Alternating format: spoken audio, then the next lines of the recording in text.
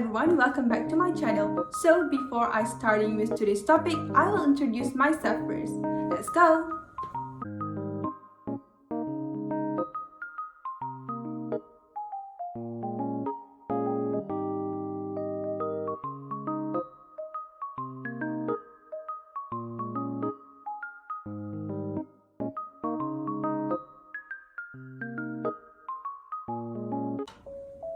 So that is the brief introduction about myself. So without wasting any time, let's get started to discuss the effect of MCO and COVID-19 towards the contract agreement. Contract is enforced by law and binding. Contract in Malaysia is governed by the Contracts Act 1950. If one party failed to enforce their rights, then another party can compensate for any loss of damages caused by the breach of contract. This has been mentioned in Section 74 of the Contract Act 1950, where it laid down two types of damages that can be claimed by the injured party due to the broken contract or failure to discharge the obligation of the contract. Firstly, is the general damages, where it will arise naturally when a reasonable man found it foreseeable for the defendant to see that the breach of contract would cause a loss towards the plaintiff. Secondly, is the special damages, where it will be granted when the plaintiff suffered from any special loss or loss of profit due to the breach of contract done by the defendant. However, due to the current pandemic of coronavirus disease or COVID-19, the government has legislated and published the new set of laws known as Temporary Measures for Reducing the Impact of Coronavirus COVID-19 Act 2020, or known as COVID Act 2020. There are a total of 19 parts in the Act, and under Part 2 of the COVID Act 2020, Section 7 listed out 7 categories of contract where the contractual obligation of the party will be lifted out and it will not give rise to the party in exercising his or their rights under the contract.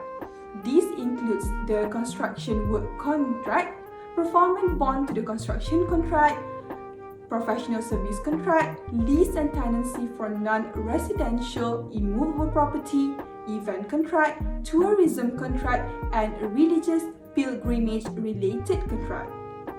Nowadays, the issues that have been greatly debated are regarding the delivery of vacant possession as stated in Sale and Purchase and Construction Agreement, usually under Schedule G of the Housing Development Act Control and Licensing Act 1966, or we call it as HDA.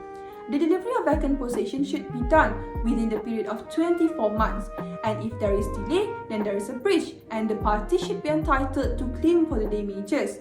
However, under Section 7 of the COVID Act 2020, just now, it was emphasized that the construction contract also been included in the type of contract where it will not give rise to the party to exercising their contractual obligation. Hence, Section 7 also should be read together with Section 35 of the COVID Act 2020, where it mentioned that within the period from 18 March 2020 to 31st August 2020, the developer shall be excluded from a calculation time for two things, which is first is for the delivery of vacant possession of a housing accommodation, and second is the liquidated damages for a failure to deliver a vacant possession of a housing accommodation. So it means that during this period of time, the purchaser cannot claim for any liquidated damages if there is a delay by the developer in deliver the vacant possession. However, if the developer found it unreasonable for them to deliver the vacant possession within the duration above, then they can apply for the extension time until 31st December 2020 from the ministry. Nevertheless, the breach of contract still might be occurred during the implementation of Movement Control Order MCO. So let's say, in the situation where the delivery of vacant possession initially should be done on 19 August 2020, but due to the implementation of MCO, then the new date for the delivery of vacant possession will be deferred, right? In calculating the new date for delivery of vacant possession, we must excluding the period within 18 March 2020 until 19 August 2020, which equal to 154 days. So by adding the 154 days from the 1st September, which is the end of period 31st August 2020, then we will get the new date for the delivery of vacant possession, which on 2 February 2021.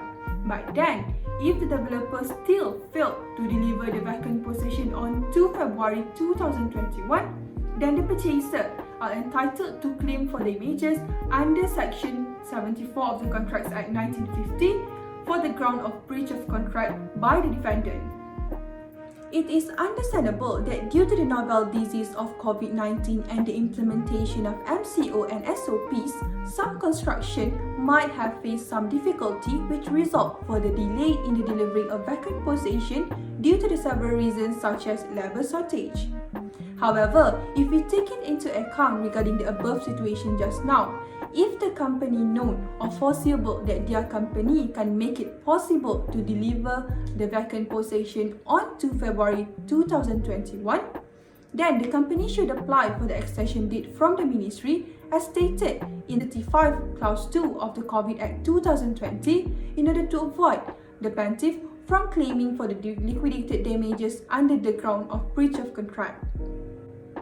In conclusion, although COVID-19 and MCO have caused many problems in completing the contracts, but the involved parties must be wise in using the methods and regulation provided by the government so that any dispute can be addressed and avoided. That's all from me, and I hope today's sharing can help you guys in understanding more regarding the effect of MCO towards the construction contract. See you on the next video. Stay safe and bye!